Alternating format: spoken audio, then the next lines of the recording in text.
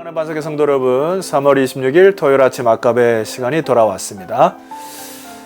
참 세월이 빨리 흘러가네요. 벌써 주말이 되었습니다. 오늘도 이 말씀으로 함께 은혜 받고 또 하루를 힘차게 시작하는 시간이 되었으면 좋겠습니다.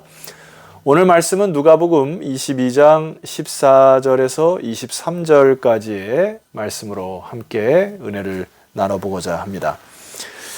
오늘 본문 말씀을 묵상하면서 제가 이렇게 느껴지는 것은 이제 곧 예수님이 십자가를 지시기 전인 것을 여러분의 상황을 염두에 둔다면은 굉장히 이 육신을 가지셨던 예수님이 인간적인 면에 볼 때는 이 고통과 이 십자가의 무거운 그 무게감, 압박감이 굉장했을 것입니다. 근데 그럼에도 불구하고 예수님의 마음은 그와 함께 했던 이 제자들, 그리고 하나님의 나라, 그리고 새로 세워질 교회들을 향하여서 그의 온 마음이 집중되어 있는 것을 알 수가 있어요.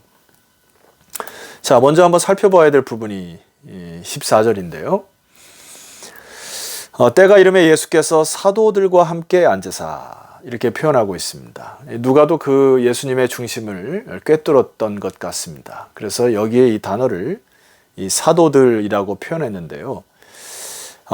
다른 복음서에서는 이 제자들이라고 표현하는데 유독 누가는 사도들이라고 하는 이 단어를 통하여서 이 유월절 식사가 굉장한 의미가 있음을 표현한 것이죠.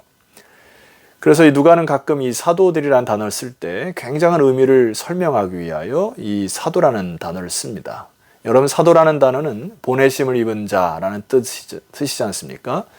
그러니까 이 유월절 식사를 통하여서 하나님께서 우리에게 우리 무엇을 말씀하시고 어떤 미션을 주시고자 하는 내용임을 알으라고 하는 것인데, 사도행전 1장 4절에 보니까 거기서도 보면은 부활 이후에 예수님이 승천하시기 전에 교회가 태동하기 전에 사도와 함께 모이사라고 하는 단어를 쓰므로 이 제자들에게 이 사명감을 다시 불러일으키는 것을 알 수 있습니다.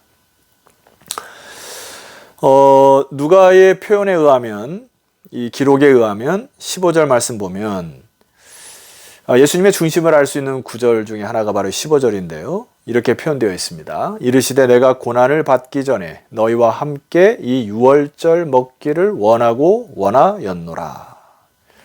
예수님이 중심이 굉장히 이 유월절 식사를 기다렸다. 왜 이렇게 기다렸을까요? 바로 이 유월절 식사는 여러분 아시다시피 이것은 유대인들이 이집트의 애굽에 사로잡혀서 이제 거기에서 이제 엑소더스, 이제 그소로부터 나오는 이 구원받은 그 사건을 기념하는 것을 기념하기 위하여 지키는 것이었는데, 오늘 주님께서 그 유월절을 통하여 새로운 의미를 부여주시려고 하는 것입니다. 이제 그 부여하는 의미 가운데 여기에 사용된 단어가 고난을 받기 전에. 이 고난이라는 것은 뭐죠? 십자가의 고난, 바로 죽음을 의미하는데, 이 유월절 식사를 통하여 이제 죽음과 동시에 새롭게 살아갈, 십자가를 고통을 앞에 두시지만은 그것이 인류에게, 사람들에게 새로운 진정한 해방을 바라보고 기대하시는 것으로 원하고 원하였다라는 것입니다.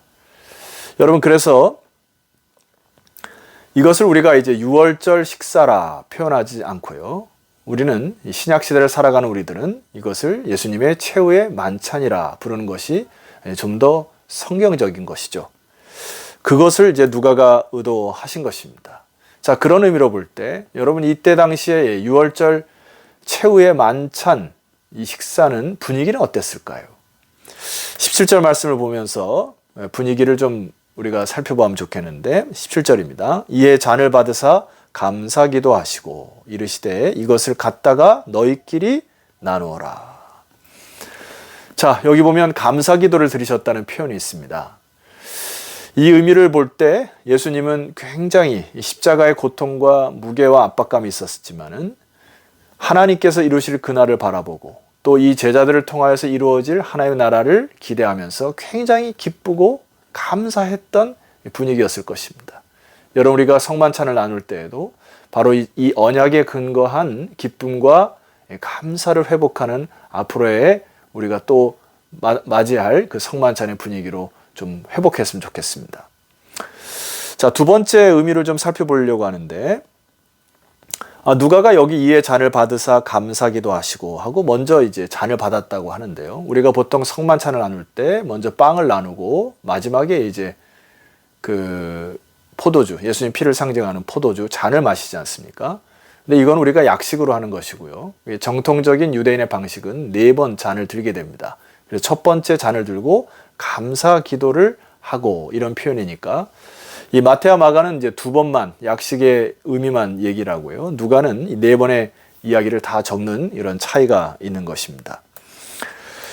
자, 두 번째 우리가 주님의 말씀을 통하여 이 최후의 만찬의 의미를 살펴보면 좋겠습니다. 16절입니다. 내가 너에게 이르노니 이 유월절이 하나님 나라에서 이루기까지 다시 먹지 아니하리라. 18절. 내가 너에게 이르노니 내가 이제부터 하나님의 나라가 임할 때까지 포도나무에서 난 것을 다시 마시지 아니하리라 하시고.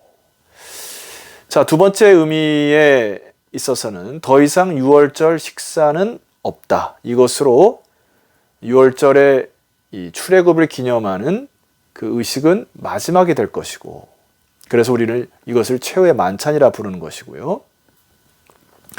이 유월절의 식사가 이제 끝나는 것을 이제 그 기한이 언제까지냐 할 때 바로 죄로부터 구원받은 백성들이 모두가 함께 마시고 주님의 뜻을 나누는 식사하는 자리 때까지 그 기한이 연장되는 것입니다. 따라서 여러분, 주님은 마지막 재림할 때 그의 백성들을 다 초대해서 하나님의 천국 잔치에 부르심을 통하여 이 축제를 벌이실 것입니다. 그래서 우리는 그 마지막 우리를 부르시는 주님이 재림하시는 그 축제의 자리에 서기까지 우리는 성만찬을 계속해야 할 이유가 거기 있습니다. 제자들이 예수님이 승천하신 이후에 초대교회 공동체도 함께 주님의 이 성만찬을 기념하여 주님의 뜻을 되새기고 그리고 하나님의 나라의 확장을 위하여 계속해서 성만찬을 하였던 것처럼 이제는 이 최후의 유월절 의식이 이제는 십자가의 의미로 그리스도를 주로 고백하는 자들이 참여하는 성만찬의 시작임을 알리는 것이 바로 예수님의 최후의 만찬인 것입니다. 그래서 우리는 성만찬을 계속해야 할 이유가 여기에 있는 것이에요. 자, 세 번째 이 의미에 대해서 좀 살펴보면 좋겠습니다. 19절 말씀 보니까 또 떡을 가져 감사기도 하시고 떼어 그들에게 주시며 이것은 너희를 위하여 주는 내 몸이라 너희가 이를 행하여 나를 기념하라 하시고. 자, 주님께서 계속 그 빵을 나누시고 잔을 나누실 때 강조하는 단어가 있습니다. 그것이 너희를 위하여라는 단어예요. 자, 너희를 위하여, 이 몸은 이 빵을 주는 이렇게 표현되어 있습니다. 너희를 위하여 이 빵을 주는 내 몸이니라. 따라서 이 주님은 이 빵을 나누는 것이 마치 자기의 몸을 나누는 것 같이, 그래서 그 몸을 받아 먹는 자들이 이제 나의 힘과 나의 지혜로 살아가는 것이 아니라 주님의 몸을 먹고 그분을 의지하면서 살아가는 것, 이것이 몸을 나누는 이 가장 귀중한 의미입니다. 더 깊은 의미로 우리는 레위기 제사법을 여러분 좀 살펴보아야 합니다. 내가 죄를 지었을 때에 흠없는 어린 양을 준비하여 그 어린 양 위에 손을 얹고, 이 정통적인 이제 유대의 방식 혹은 이 성경적인 원리는 손을 얹을 뿐만이 아니라 양손을 머리에 둔 손을 얹을 뿐만 아니라 내 몸을 다 기대어 선다고 합니다. 따라서 내 더럽고 추악한 죄가 이 흠없는 어린 양에게 전가되어 이제 이 제물은 처참하게 죽고, 다른 말로 내 죄가 이 양에 의하여 사해지고, 그래야 해서 다시 이 죽음의 전가됨으로 내가 새로운 주의 사람, 거룩한 사람이 되듯이 예수님이 우리의 죄를 위하여 십자가에서 몸을 바쳐 죽으시고 이제 그 몸을 의지하는 자들이 살아나듯이 예수님 우리에게 새 생명을 주시는 약속, 이것이 바로 언약이라는 것입니다. 자, 잔의 의미만 여러분 살펴보고 제가 좀 결론을 내려보고자 합니다. 29절 말씀 보니까 저녁 먹은 후에 잔도 그와 같이 하여 이르시되 이 잔은 내 피로 세우는 새 언약이니 곧 너희를 위하여 붓는 것이니라. 주님이 또 강조하시죠. 여기 보니까 너희를 위하여 붓는다. 예수님께서 십자가에 흘리신 것은 오로지 우리를 위하여 쏟아 부으시는 것이다.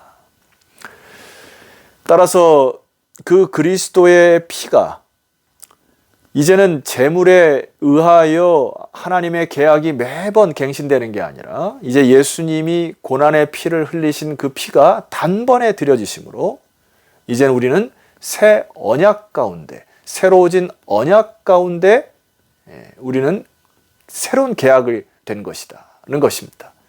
그리하므로 계약서가 다시 써진 것 같이 십자가의 의미는 우리로 하여금 이제는 주님은 우리의 신랑이 되시고 우리는 주님의 신부가 되어 새로운 언약 관계로 되어 이제 죄로부터 온전한 자유를 얻게 되는 특권을 우리에게 부어받게 된 것이다 는 의미입니다. 여러분, 우리가 코로나로 인하여서 당분간 이 성만찬을 하기가 참 어렵게 되었습니다만은 조금 인내하며 기다리면서 오늘 주께서 말씀하신 이 말씀을 깊이 되새기며 다가오는 우리가 첫 번째 드려지는 이 성만찬 의식 동안에 친정한 기쁨과 그리고 감사, 그리고 내 죄를 사하시는 놀라운 은혜 속에서 이 하나님의 영광을 경험하는 그런 성만찬이 되었으면 좋겠습니다. 여러분, 그날을 사모하면서 우리 기도하면서 좀 기다리십시다. 오늘 본문의 마지막을 여러분에게 말씀드리면서 한 가지만 더 부탁드릴 것이 있는데요. 21절 말씀 보니까 그러나 보라 나를 파는 자의 손이 나와 함께 상 위에 있도다 하고 누가는 이 가룟 유다의 이 부분을 이렇게 쓰고 있습니다. 다른 복음서에 보면 정확하게 가룟 유다를 언급을 하는데 누가는 여기에 보면 나를 파는 자의 손이 나와 함께 상 위에 있도다 하면서 객관화시켜요. 그러나 강조를 합니다. 보라 라고 여기 이제 헬라어 이두라는 단어인데 보라, 주목하라 하면서 이 누구일까라고 하는 의미인데 자, 23절 말씀 보세요. 그들이 서로 묻되 우리 중에서 이 일을 행할 자가 누구일까 하더라 하면서 약간 오픈 결론으로 이렇게 마감을 합니다. 여러분, 이 의미는 첫 번째는 유다에게 기회를 끝까지 주신 예수님의 중심을 누가는 읽고 있습니다. 오히려 마지막까지 그를 구체적으로 지목하지 않았다고 하는 이유는 유다에게 불주사까지를 놓으면서 끝까지 회개시키기 위한 기회를 주셨다고 봅니다. 두 번째로는 이것은 오늘날도 우리도 얼마든지 주님을 배신할 수 있는 가능성이 있다고 보는 것이죠. 그래서 여러분, 우리는 늘 깨어 기도해야 될 이유가 여기 있습니다. 인간적인 면에서 자유지를 사용해서 결단함도 필요해요. 그리고 선택에는 반드시 책임감이 따르는 것입니다. 우리는 끝까지 주님께서 허락하신 이 믿음 부여잡고 끝까지 종주하는 여러분 되었으면 좋겠고요. 여러분 가운데 이 가룟 유다와 같이 사단이 유혹하여 양다리를 거치고 있는 성도들이 있다면 여러분 빨리 돌이키시고 주님의 축복의 대열에 서시기를 주 이름으로 축원합니다. 기도드리겠습니다. 하나님 아버지, 감사와 찬송과 영광을 돌려옵나이다. 주님께서 우리에게 최후의 만찬을 허락하셔서 새 언약으로 인쳐주시니 감사합니다.